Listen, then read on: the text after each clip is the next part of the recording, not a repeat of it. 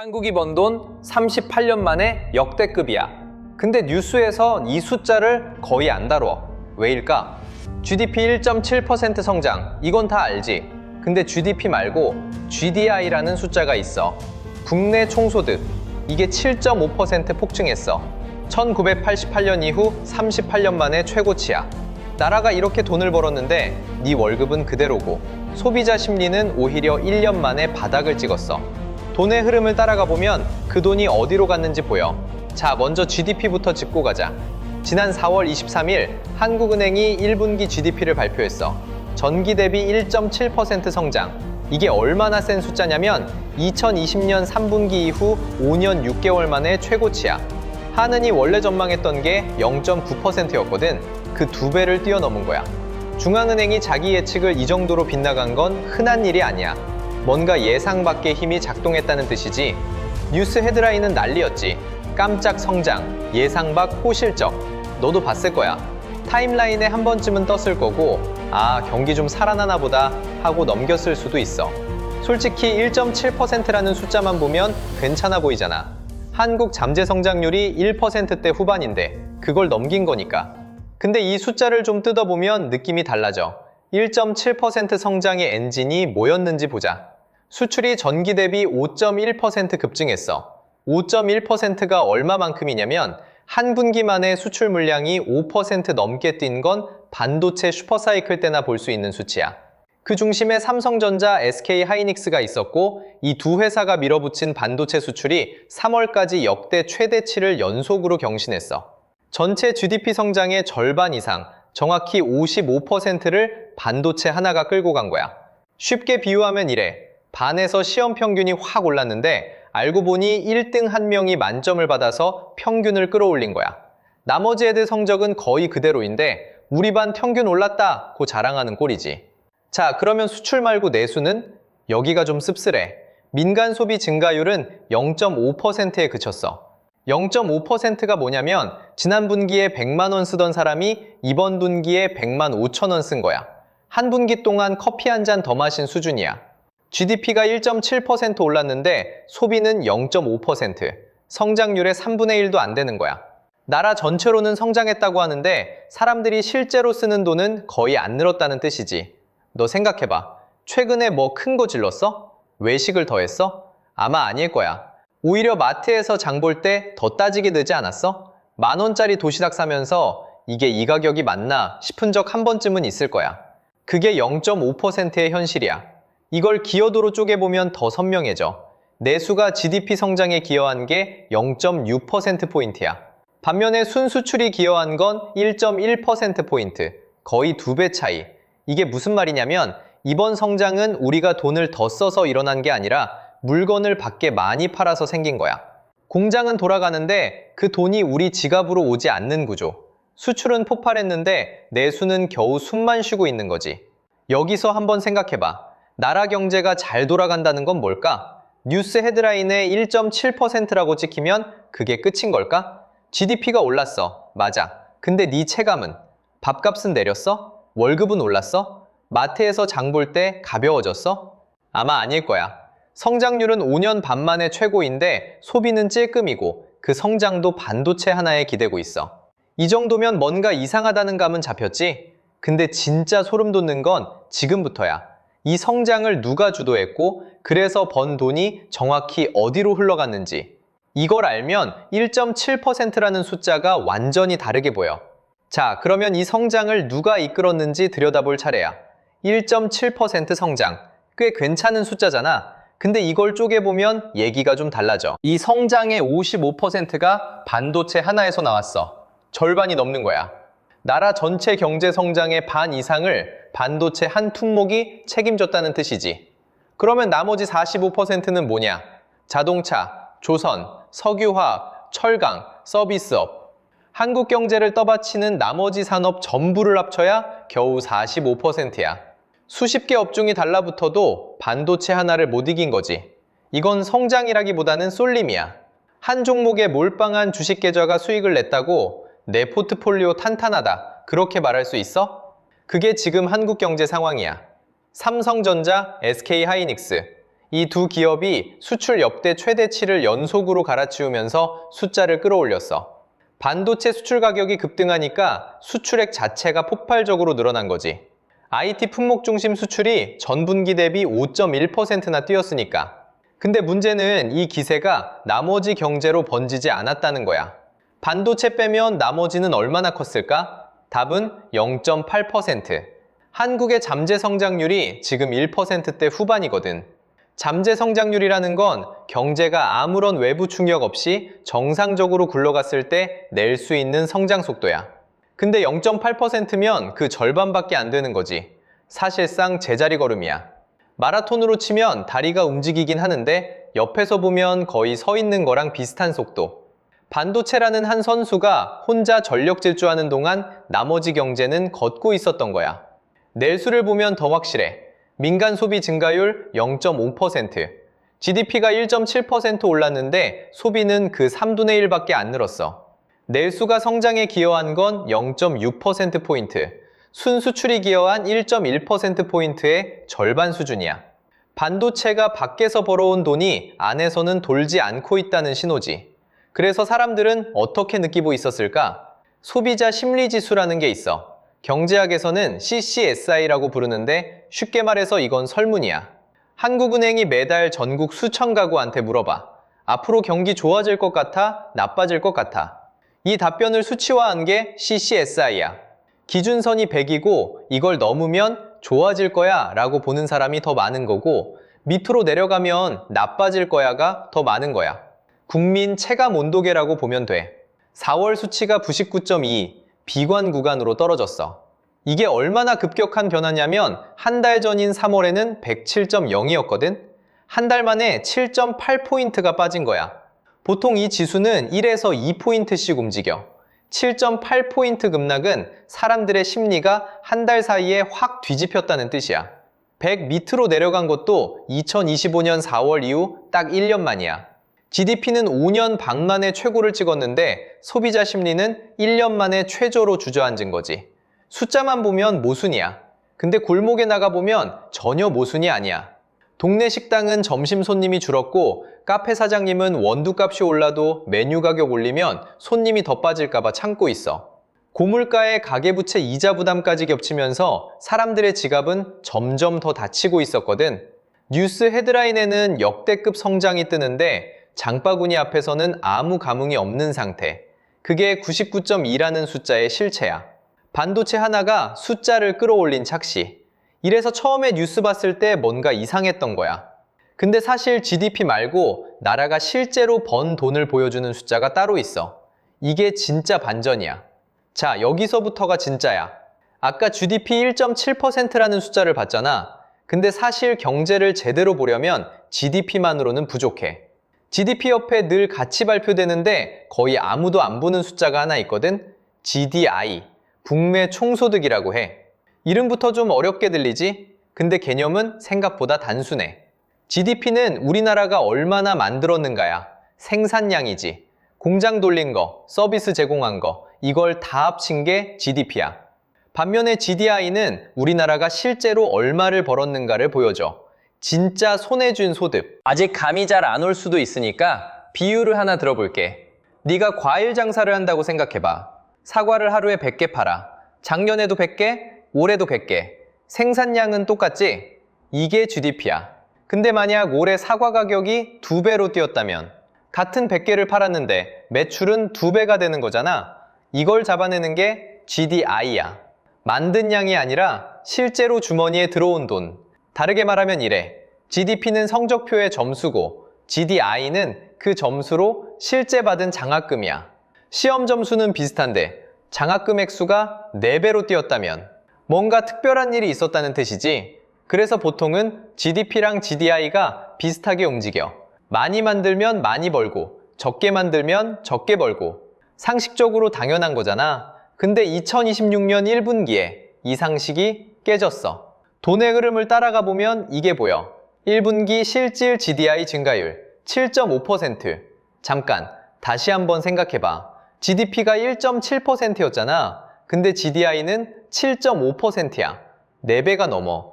이게 뭔 말이냐면 나라가 만들어낸 건 1.7%만큼 늘었는데 실제로 벌어들인 돈은 7.5%나 뛴 거야. 생산은 살짝 늘었을 뿐인데 소득은 폭증한 거지. 이 정도 격차는 거의 전례가 없어. 실제로 이 수치가 얼마나 큰 거냐면 1988년 1분기에 8.0%를 기록한 이후로 38년 만에 가장 높은 수치야. 1988년이면 서울올림픽 때거든. 한국이 한강의 기적으로 불리던 시절. 한국 경제가 매년 10% 넘게 폭발적으로 성장하던 그 시절 이후 처음이라는 거지. 그런데 이 숫자, 너 뉴스에서 본 적 있어? 아마 거의 없을 거야. GDP 1.7%는 대서특필했으면서 GDI 7.5%는 조용히 묻혔어. 38년 만의 기록인데 뉴스 헤드라인에는 안 나와.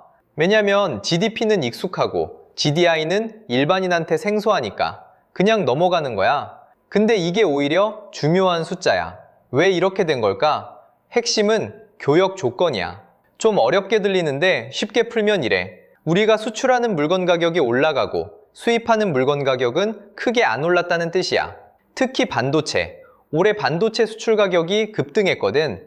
그러니까 같은 반도체를 같은 개수만큼 수출했는데 들어오는 달러는 훨씬 많아진 거야. 마치 사과 100개 파는데 가격이 2배로 뛴 것처럼. 그게 나라 전체의 실질 소득을 확 끌어올린 거지. 정리하면 이래. GDP 기준으로는 1.7% 성장, 나쁘지 않은 수준이야. 근데 GDI 기준으로는 7.5% 급증, 38년 만에 최고. 생산은 조금 늘었을 뿐인데 소득은 역대급으로 뛴 거야. 나라가 이렇게 돈을 벌었어. 근데 여기서 진짜 이상한 게 있어. 그 돈이 내 월급으로 왔어? 네 통장 잔고가 7.5% 늘었어? 장 보러 갔을 때 물가가 싸졌어? 아니잖아. 소비자 심리지수는 오히려 한 달 만에 비관 구간으로 본두박질 쳤어. 나라가 38년 만에 역대급 소득을 올렸는데 국민은 왜 더 비관적이 된 걸까? 7.5%라는 어마어마한 돈은 대체 어디로 간 거야? 답은 생각보다 간단해. GDI 7.5%, 38년 만에 최고. 이 숫자가 어디서 나왔는지 아까 봤잖아. 반도체 수출 가격 급등, 교역 조건 개선.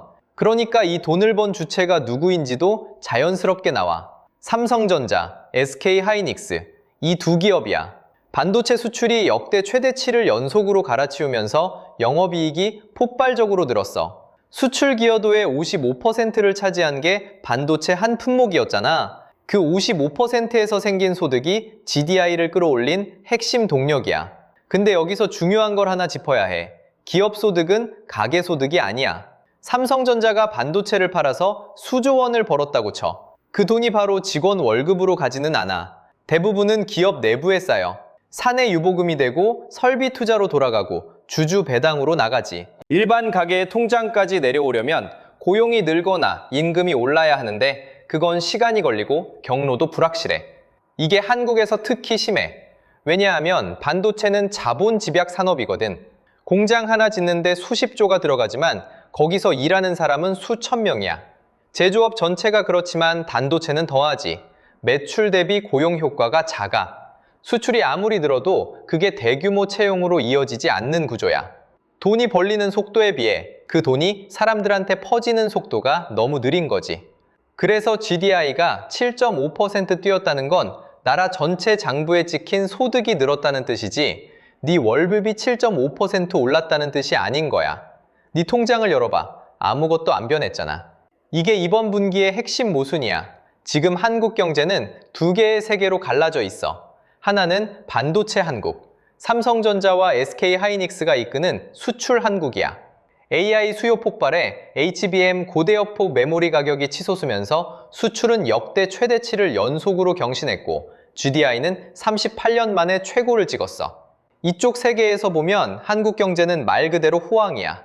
또 하나는 내수 한국, 자영업자와 서비스업 종사자들의 한국이야. 고물가에 짓눌리고 가계부채 부담은 계속 쌓이고 소비는 쪼그라들고 있어. 민간 소비 증가율 0.5%, GDP가 1.7% 성장했다는데 소비는 그 3분의 1도 안 따라간 거야. 비제조업은 냉골이라는 표현이 나올 정도고 동네 가게들은 하나둘 문을 닫고 있어. 같은 나라, 같은 분기야. 근데 이 두 세계가 살고 있는 현실은 완전히 달라.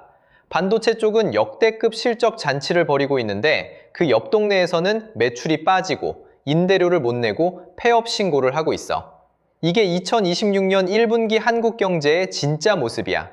그리고 이 두 세계 사이의 간극을 가장 선명하게 보여주는 숫자가 하나 있어. 소비자 심리지수. 4월 기준 99.2. 100이 기준선이야. 100 아래면 비관. 99.2면 국민 전체가 앞으로 경기가 나빠질 거야 라고 느끼고 있다는 뜻이지.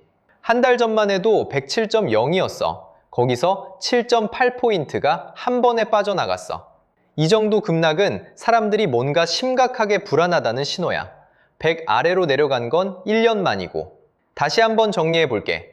나라가 38년 만에 역대급 소득을 올린 바로 그 분기에 국민의 경기 체감은 비관으로 돌아섰어. 장부에는 사상 최대 소득이 찍혀 있는데 사람들의 지갑과 마음은 정반대를 가리키고 있어. 이게 모순이 아니면 뭐야? 이유는 간단해. 그 역대급 소득이 나한테 온 적이 없으니까. 반도체 기업 장부에만 찍힌 숫자니까. 나머지 경제는 그 성장 밖에 놓여 있었으니까. 이래서 처음에 느꼈던 그 이상한 감각이 설명이 돼. GDP 성장 뉴스를 봤는데 내 생활은 변한 게 없고 GDI가 역대급이라는데 체감은 오히려 나빠지고 돈은 벌었는데 그 돈이 소수의 기업에 쏠렸고 나머지는 성장 밖에 놓여 있었던 거야. 이래서 내가 못 느끼는 거였구나. 이게 현실이야. 그럼 2분기엔 달라질까? 아니, 오히려 더 나빠질 수 있어. 지금 중동에서 벌어지고 있는 일 때문에. 자, 여기까지 따라왔으면 구조가 보이지. 1분기에 나라가 역대급으로 돈을 벌었다. GDP 1.7%에 GDI 7.5%. 근데 그 돈은 반도체 기업 장부에 쌓였고 우리 통장엔 안 왔다. 소비자 심리는 비관으로 돌아섰고 민간 소비는 겨우 0.5%. GDP 성장률의 3분의 1도 안 되는 수준이야. 그러면 2분기는 나아질까? 솔직히 말할게. 오히려 더 나빠질 수 있어. 지금 중동에서 전쟁이 벌어지고 있잖아. 미국이랑 이란. 이게 왜 갑자기 우리 얘기가 되냐면 유가 때문이야. 한국은 원유를 거의 전량 수입하는 나라거든. 국제 유가가 급등하면 수입 비용이 확 올라가. 기름값만 오르는 게 아니야. 물류비가 오르고 원자재가 오르고 결국 물가 전체가 다시 치솟아. 이미 고물가에 짓눌려 있는 가게한테는 이중 타격이지. 가뜩이나 가계부채 부담에 허리가 휘는데 기름값까지 뛰면 장바구니 물가부터 교통비까지 정방위로 올라. 근데 진짜 무서운 건 이거야. 1분기에 GDI가 7.5%나 뛴 이유를 다시 떠올려봐. 교역 조건이 좋아졌기 때문이었어. 반도체 수출 가격이 올라가면서 우리가 파는 건 비싸지고 사오는 건 상대적으로 싼 구조였던 거지. 근데 유가가 치솟으면 이 구조가 완전히 뒤집혀. 우리가 사오는 게 비싸지는 거야. 수출은 그대로인데 수입 단가가 올라가면 교역 조건이 악화되고 GDI도 같이 꺾여. 1분기에 그 화려한 소득 증가가 한 분기짜리 반짝이었을 수 있다는 얘기야. 재경부도 이미 인정했어. 2분기부터 중동 리스크가 본격적으로 반영될 거라고. 여기에 소비자 심리지수 99.2. 이 숫자가 100 밑으로 내려왔다는 건 사람들이 돈 쓰기가 무섭다는 뜻이야. 한 달 만에 7.8포인트가 빠졌어. 3월 107에서 4월 99.2로. 100 아래로 떨어진 건 1년 만이야. 이 정도면 급락이거든. 소비가 안 돌면 내수는 더 얼어붙어. 자영업자 매출은 더 빠지고 서비스업 고용도 흔들려. 내수란 비제조업은 이미 냉골 상태였는데 여기서 더 빠지는 거야. 그리고 반도체. 지금까지 한국 경제를 사실상 혼자서 떠받치고 있던 그 반도체마저 위태로워. 수출 가격이 꺾일 수 있다는 신호가 나오고 있거든. 슈퍼사이클이 피크를 찍은 거 아니냐는 논쟁이 시장에서 본격적으로 돌고 있어. 삼성전자랑 SK하이닉스가 3월까지 수출 역대 최대치를 연속으로 경신했지만 이게 언제까지 갈 수 있을지는 아무도 장담 못해. 만약에 반도체 가격까지 내려오면 어떻게 돼? 반도체 빼면 성장률 0.8%였잖아. 잠재 성장률 한계선이야. 유일한 버팀목마저 흔들리면 한국 경제의 기초 체력이 그대로 드러나는 거지. 반도체 착시가 거치는 순간이야. 1분기 GDP 1.7%라는 숫자가 좋아 보였지. 근데 그 안을 뜯어보면 반도체 하나에 기대고 있었고 그마저도 2분기부터는 장담할 수 없어. 이게 지금 한국 경제의 진짜 민낯이야. 돈의 흐름을 따라가 보면 숫자는 거짓말을 안 해. 다만 어떤 숫자를 보느냐에 따라서 완전히 다른 이야기가 들려.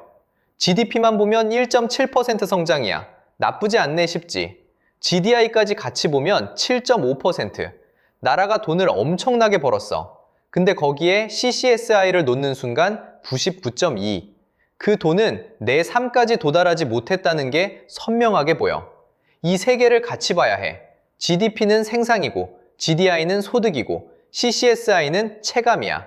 하나만 가지고는 절대 전체 그림이 안 보여. 셋을 겹쳐놓는 순간 비로소 성장이 누구의 성장이었는지가 드러나거든. 다음의 뉴스에서 GDP 성장률 헤드라인이 뜰 때 그냥 스크롤 내리지 마. 멈춰서 한 번만 생각해봐. 그 성장은 누구의 성장이었는지, 그 숫자 뒤에 누가 벌었고 누가 못 느꼈는지를 따져봐. 생산만 볼 건지 소득까지 볼 건지 체감까지 볼 건지 그건 너의 선택이야.